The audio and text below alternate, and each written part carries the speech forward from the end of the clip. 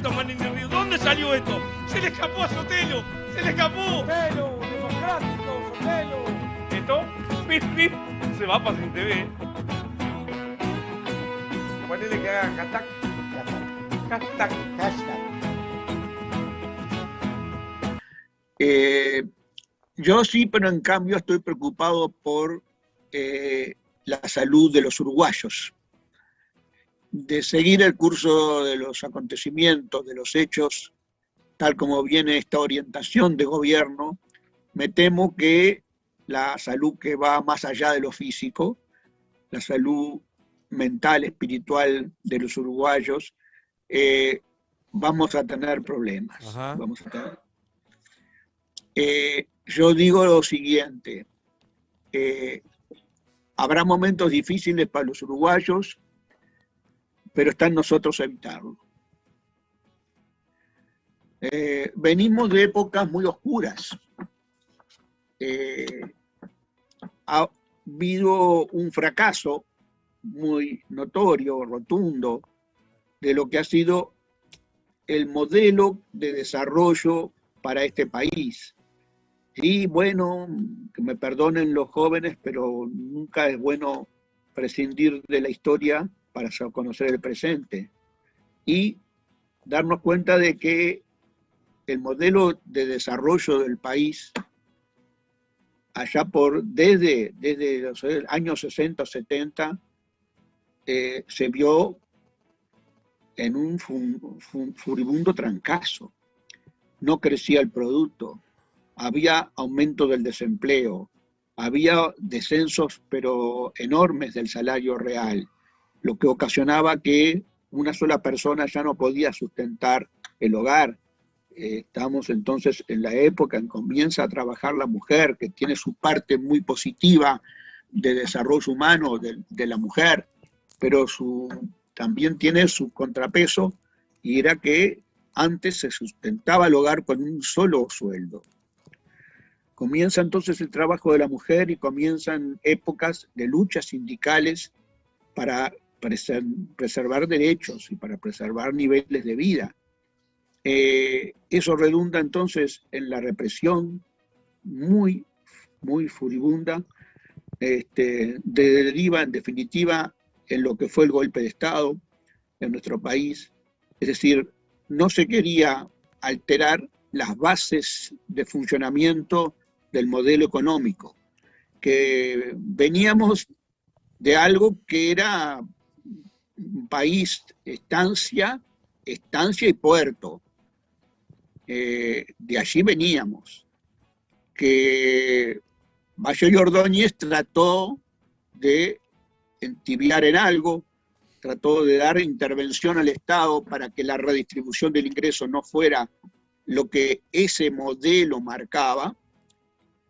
Y bueno, pero de todas maneras, a pesar del impulso, hubo el freno, y entonces el modelo fracasó. ¿Y qué propusieron para solucionar las cosas en nuestro país? Entonces llegamos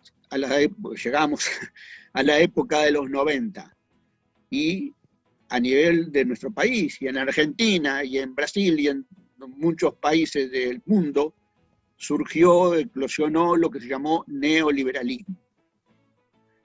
Con el neoliberalismo, entonces, de alguna manera, en las épocas de los 90, eso fue lo que predominó en la política predominante en Argentina, en Brasil y en Uruguay.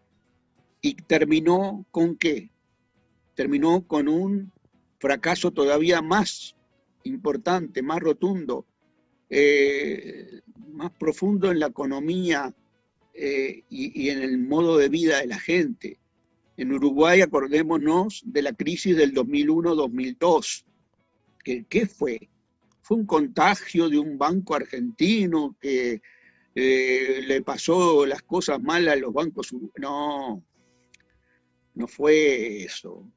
Fue en todo caso, digamos, los primos que se enfermaron de la misma cosa. La enfermedad neoliberal en Argentina se entrelazaba con la enfermedad neoliberal en Uruguay. Y el fracaso fue del modelo. ¿Qué implicaba el modelo, básicamente?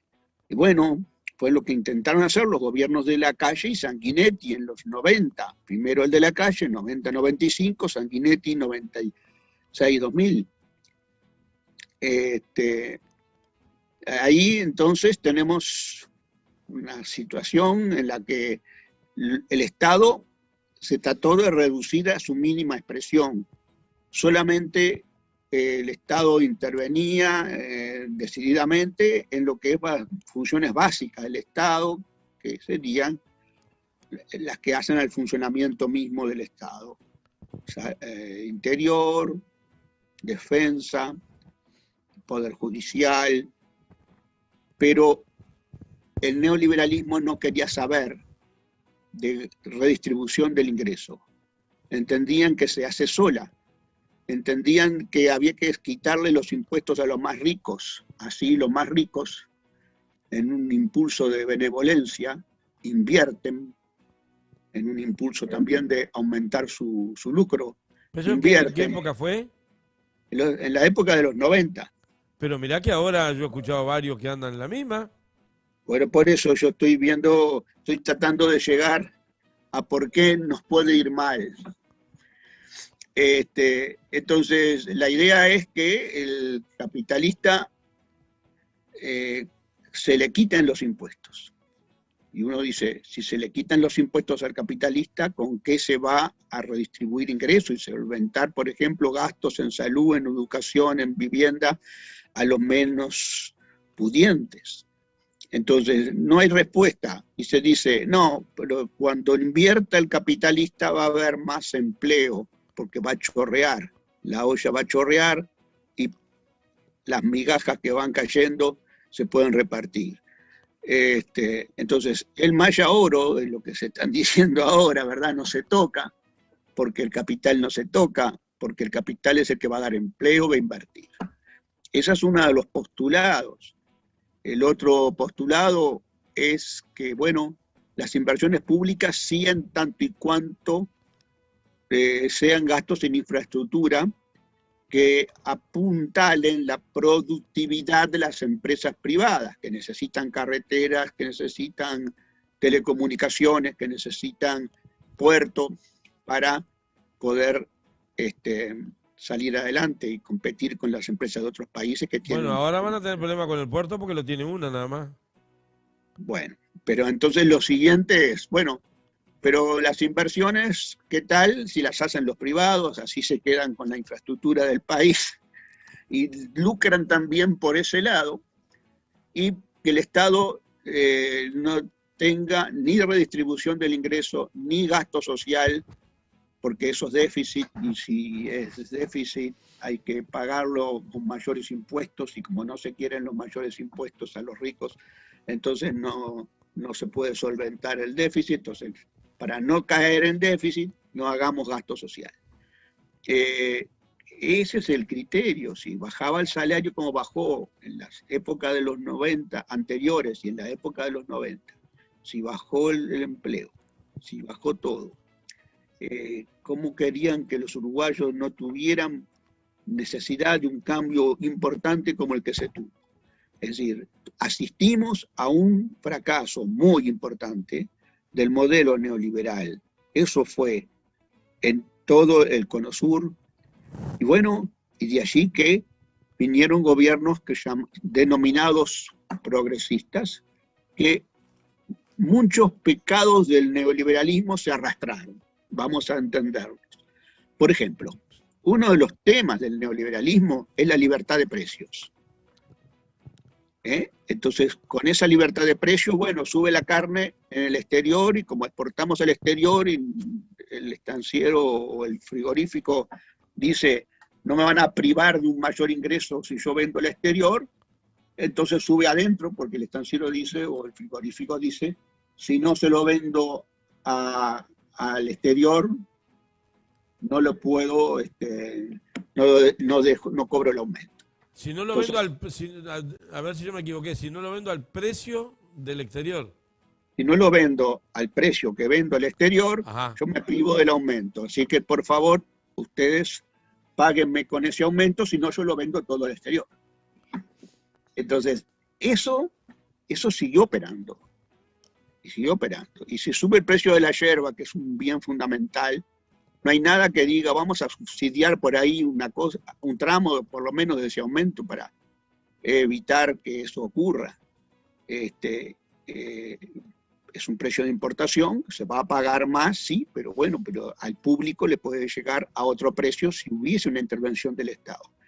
Pero subsidios no se quieren, salvo cuando los subsidios sí son al capital. Al capital hay muchos subsidios que si dice, si usted invierte, yo no le cobro impuestos.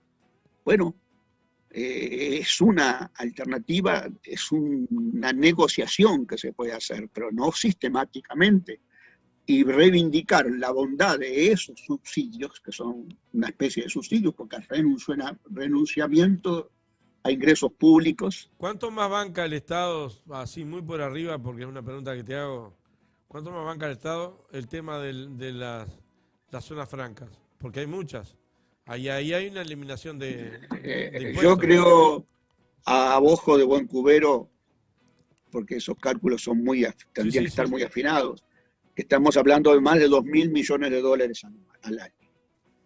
Esos son los renunciamientos de ingresos que tenemos en las zonas francas. Y uno diría, bueno, ¿a cambio de qué? ¿De una cantidad enorme de empleo? Yo diría que no, a cambio de unos cuantos empleos, pero no de una cantidad enorme. Entonces, ese es el balance, esos estímulos que se dan al sector privado para invertir.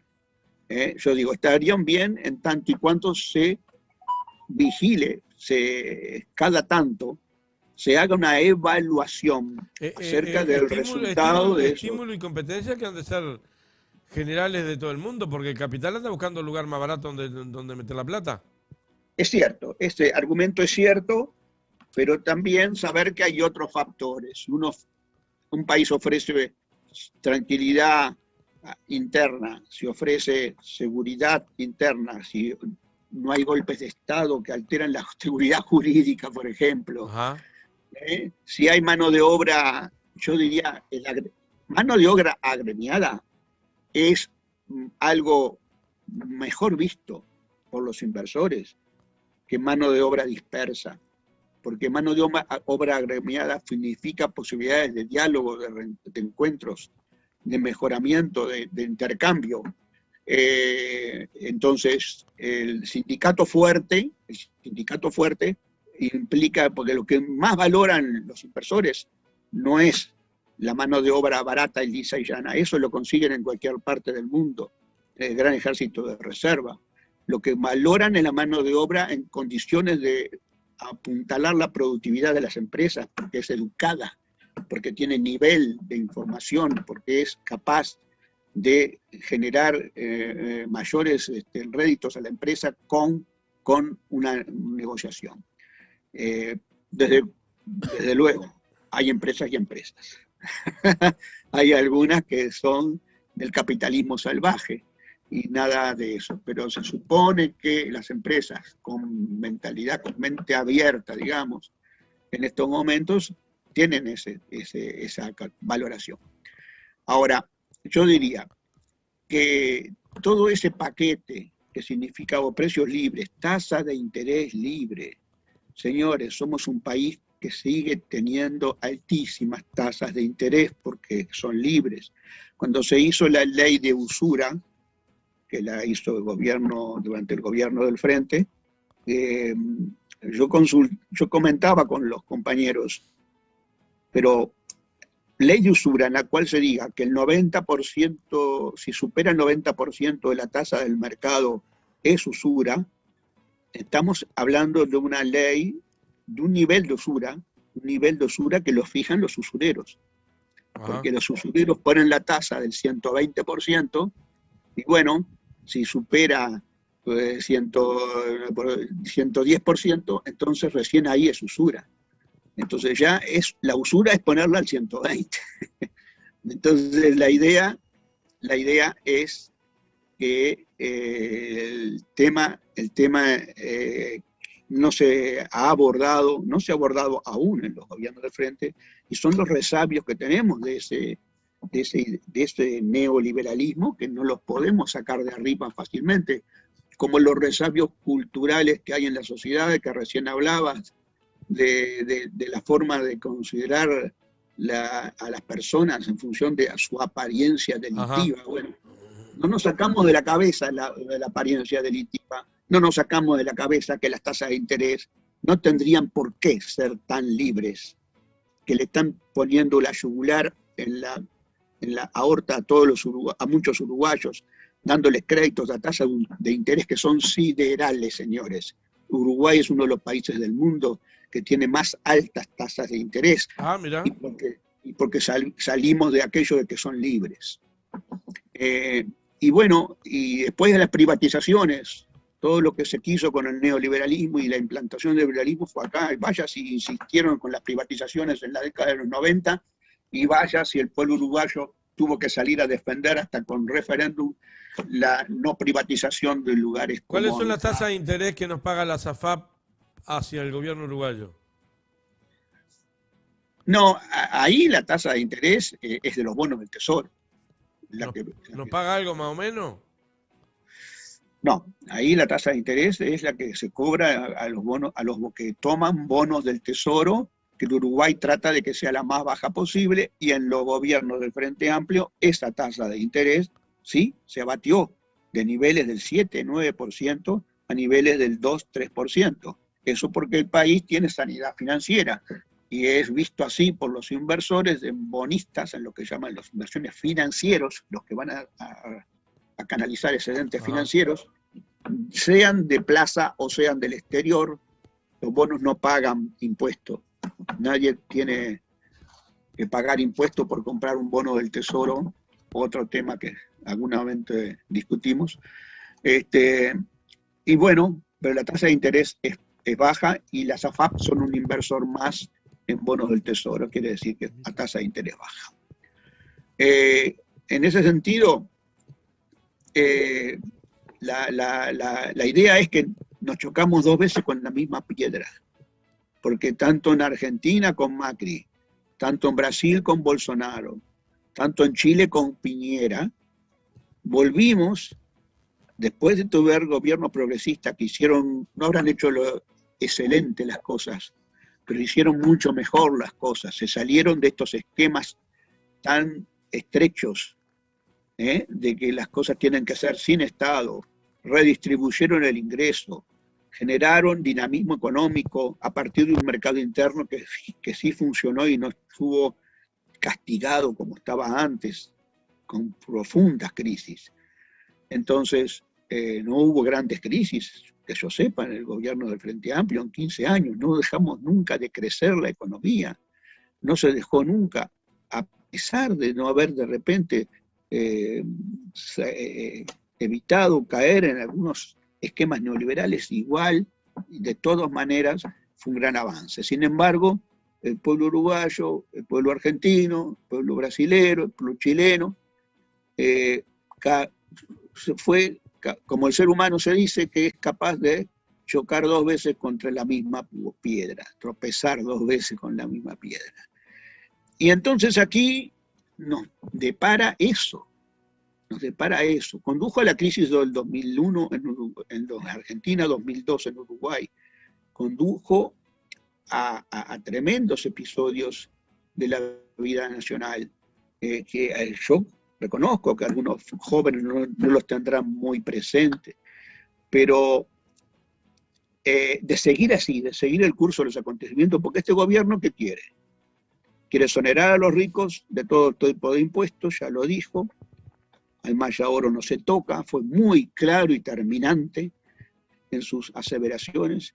En medio de la pandemia, para preservar un gasto público muy pequeño, no se dan los apoyos necesarios, y eso se paga durante y se paga después. Entonces tenemos una situación en la cual, en perspectiva, la recuperación no va a ser importante. La inversión pública, que como dije, apuntalaría también al sector privado y en este momento daría un puntal de empleo, no se está considerando. Es decir, hay un extremo fanatismo, ese mismo extremo fanatismo que llevó a no gastar en pandemia para apuntalar al sector de los trabajadores, para quedarse en casa con recursos, como así lo hicieron otros países, porque Uruguay fue el que menos gastó al respecto. Y ahora los otros países tienen déficit fiscales, claro que sí, Argentina ya lo arrastraba de antes, así que no es el nuevo déficit fiscal, ya lo arrastraba de Macri. El déficit fiscal de Brasil, de Bolsonaro, del orden del 12% del producto. Después del 5% se dice que es mala nota, ¿no? Y si son 2 o 3 años de malas notas, es peor nota. Pero Brasil anda con un 12% de déficit fiscal. ¿Qué es eso, señores? Estados Unidos, con un 15% de déficit fiscal. ¿Qué es eso, señores? ¿A quién le importa, señores, en este momento el déficit fiscal de los países? Sin embargo, en Estados Unidos, en Los Ángeles, hay 1 millón de gente por debajo del nivel de pobreza. 1 millón. Bueno, aún así. Lo que pasa es que en economías tan grandes, una deficiencia en la circulación económica es mucho más evidente, mucho más removedora de las bases mismas de la economía que en las economías más pequeñas. Acá siempre decimos que los uruguayos podemos mejor arreglar nuestras cosas porque somos pocos y podríamos hacer cosas que en economías muy grandes es mucho más difícil. Entonces, a lo que voy, si no hay en este momento ninguna base que nosotros podemos salirnos un poco del esquema neoliberal tan rígido y tan fanático como lo están aplicando ahora, que lo único que se quiere es ajuste y volvemos al ajuste de la seguridad social y volvemos al ajuste del gasto público y vamos a tener deterioro de los servicios públicos, se va a ir viendo de a poco, porque obviamente si se despide gente en áreas que son importantes, como en el área de la salud, en el área de la educación. En UTE, en la educación, en Antel, si no toman gente, es lo mismo que no, aunque no vamos a si no tener un deterioro de los servicios públicos. Vamos a tener. Los uruguayos vamos a estar con salarios muy bajos, ya se sabe. Eso ya está determinado y hasta plasmado en la rendición de cuentas así, con la promesa de que después va a mejorar. Vamos a tener baja inversión pública que no se quiere. Vamos a tener dificultades entonces para reponer los empleos perdidos. Vamos a tener ninguna política que para buscar dinamizar algo, para pensar en mejorar la situación de los 100.000 pobres nuevos que hay en el país. Entonces, si todo eso va a pasar, el mercado interno no va a ser puntal de ningún crecimiento económico. Va a mejorar, pero esa mejora se va a dar con bombos y platillos, como una mejora atribuible de repente a la gestión del gobierno, pero no, esa mejora es de la mayor posibilidades de vínculos sociales a partir de la falta de epidemia. Pero no va a ser una mejora importante, no va a superarse los guarismos que tenían antes, por lo tanto va a haber recesión económica. Entonces, en recesión económica estamos mal. ¿Qué puede decir? Las dificultades son de todo tipo, lo que vamos a tener. Por eso estoy planteando eso, que hay que buscar torcer el curso de los acontecimientos, torcer la orientación de gobierno, buscar con las fuerzas sociales y populares, que siempre son las que tienen una iniciativa capaz de marcar el rumbo de los hechos históricos. Bueno, buscar que haya también un cambio y tenemos un instrumento que se llama la votación de la LUC, que va a ser clave en este sentido. Y me quiero referir por último a un tema que parece ser que el Estado lo maneja como rédito, incluso marcarlo en esa discusión de la LUC, y es el tema de la seguridad ciudadana. Yo creo que se dice por parte del Estado, las cifras nos dan la razón, las cifras son a nuestro favor, hay menos delitos, menos robos, menos asesinatos. Yo escucho, a veces me torturo, ciertamente, y escucho los informativos, y es como bastante atomizante que estén permanentemente informando sobre robos, asesinatos, y violencia doméstica. En fin, no parece ser la sensación térmica como se decía antes.